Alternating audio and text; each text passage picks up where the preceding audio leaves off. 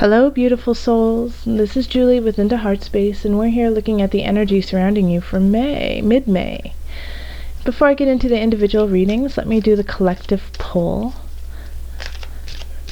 Mercury has gone direct, so we no longer have Mercury retrograde. Venus is going direct. And also the nodes of the moon are shifting from Pisces and Virgo into Aquarius and Leo. So having this shift for the next year and a half really means focusing on your destiny, focusing on your calling, focusing on your passion. What is it? What is that creative get up and go that you have always wanted to do but haven't done? This is going to be the time to start it, to allow it to begin, to allow it to grow within you. At the same time, use a foundation of community, use a foundation of thinking outside of the box to help you get there. Don't be afraid to be different.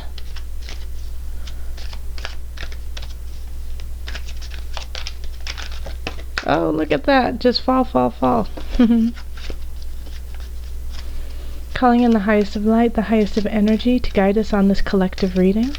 Now, if you don't want to listen to the collective part, I have below linked a timestamp that will take you directly to your individual reading. Okay, I'm going to fan them out today. That one. Okay. And the card is Vacuum Away Fear. Call upon Archangel Michael and Raphael to lift fear-based energy from you, your surroundings, the situation, and everyone involved. Don't be afraid to follow your destiny. Don't be afraid to follow your passion. This is the time to start it. This is the time to go forward.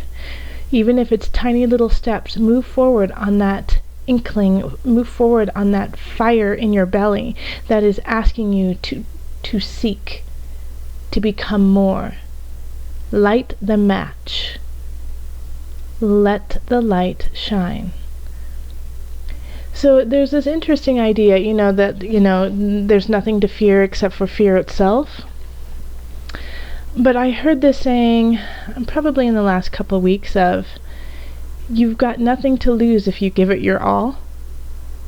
So why don't you try that? Give it your all. You have nothing to lose if you give it your all, because you've already given everything you have. So my collective, really do not be afraid to be you. Do not be afraid to be different, to think outside of the box and use that to create your destiny. We need you. Do not forget that. And on to our reading. Hello, Leo. This is Julie with Heartspace, and we're here looking at mid-May energy. If you would like a personal reading, you can find me on Facebook, email me, or go to my website. Alright, so that was the Nine of Swords that just popped out. So do not be afraid, carry on. There might be some exhaustion that's happening. Alright, also make sure to look at your moon sign and your rising sign to see added guidance. If you're not sure what those are, I've provided a link in the description box that will take you to a site that will create your natal chart for free. Alright, calling in the highest of light, the highest of energy to guide us on this reading. Calling in the divine. What messages do you have for my Leos mid-May? Mid-May, calling in the highest of energies. What messages, what guidance do you have for Leos? May, mid-May, 2017.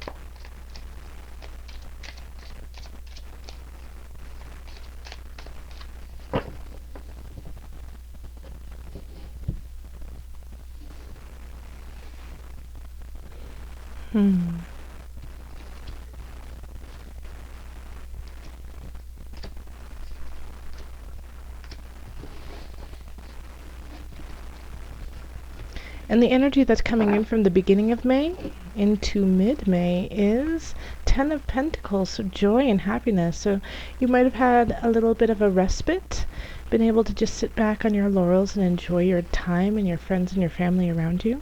So that's wonderful. I'm glad that you've had a really good beginning of May. And that's going to go into the Tower. Oh, wow. Okay. Hold on one second. Let's lay these out. Six of Chalices, Nine of Swords, Eight of Swords, and then the Ten of Swords. Okay. So I think you might have needed that respite at the beginning of May, because things are going to shift mid-May, the end of May. Having the Tower here, excuse me, really symbolizes and stands for something that needs to change, whether you like it or not. So if you are pliable and can kind of go with the flow and take change easily, this could be exciting for you. And it could be also that you knew it was coming. However, the Tower for most people is an abrupt change because we were unable to let go. So having this here is saying that something in your life, relationship, your job, your mindset is going to drastically shift and has needed to shift for a very long time. And this is permeating everything, so I really do think it's going to affect all walks of your life in mid-May. Six of Chalices here is the card for relationship. Six of Chalices. So looking at this, I'm really thinking that you're yearning for something from the past. You're wishing for something that, not even wishing, you're just nostalgic. You're nostalgic for what happened already. And the good old days. And so your relationships presently, you're comparing. It's a comparison to what you had in the past or what you feel like you really deserve. So doing this comparison can be helpful, so that you can kind of take notes and tally up what you need in your life and who you need in your life. But it also can be unfair to those who are giving their hearts and souls to you right now, and you are comparing them to something that they cannot live up to or be, because it's in your past, and so it's a memory. It's not truly here anymore. So with the Six of Chalices, take those moments to really look and reflect, but move forward, keep moving forward. And I think the reason why you're looking back is because something drastically does shift in a relationship. So you could be breaking up with somebody, you could be moving out from your roommate, you could be moving away from your family, or moving closer to your family, or something could be shifting drastically, and so it's making you kind of reflect and see maybe how you could have done things differently, or if you would have even done things differently. Then in career, we have the Nine of Swords, and this actually popped out when I was shuffling. So the Nine of Swords is fear, exhaustion, not being able to move, not knowing what to do. But it's really, that's the base of it, is fear. So with the Nine of Swords in career, are you afraid to break free? Are you afraid to move on? Are you afraid of your own power, Leo? Because once again, let's come back to here, the Tower permeating everything. Something is changing. Something is changing in your life, and it is causing this moment of stagnation, this moment of being frozen in the present and not being able to take that step forward or back. So the Nine of Swords is asking you to remember that respite that you had at the beginning of May, that, everything seems so well. What happened, kind of feeling. But knowing that things shift, things change, but the only way that they can is if you move with them. So don't stay stagnant if there's a fight going on at work, or if you got laid off, or, you realize you don't even want to be in this job and you don't want to do this and you want to quit. Don't stay in that. Don't stew in that. Make a plan and move forward. Eight of Swords in abundance. So having the Eight of Swords here, I don't know, I showed that pretty quickly. I'll show it to you. I'm sorry, there's, I think they're mowing the lawn outside, so if you can hear that, I'm really sorry if it's bothering you. The Eight of Swords in abundance. Once again, this really, if you see, I'm going to show you something really quickly. I have to well, actually, I'll show it to you in just a minute.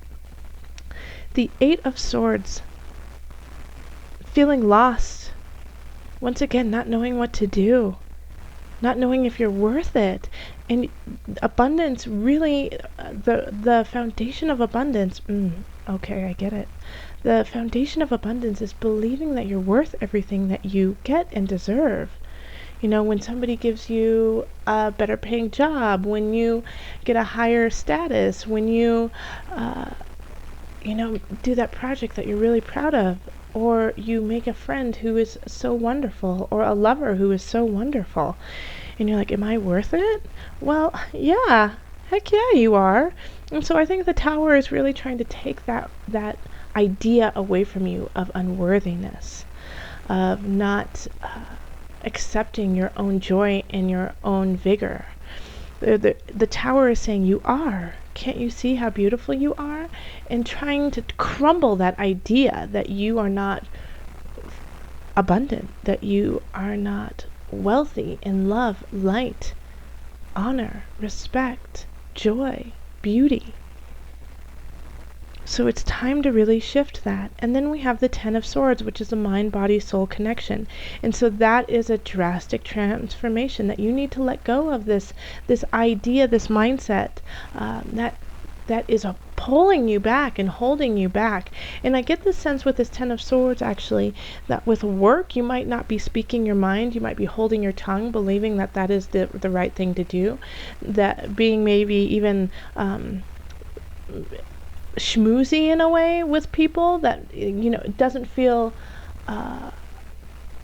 organic for you, doesn't feel right for you, but you're doing it because you feel like that's what you're supposed to do. Well, no, you don't. That's done. It's time to be strong in you, strong in who you are, and be honest with your actions.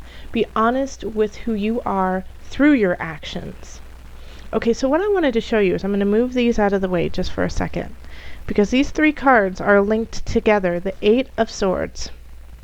And this is one of many reasons why I love this deck. The Nine of Swords and the Ten of Swords. So do you see how it makes this picture?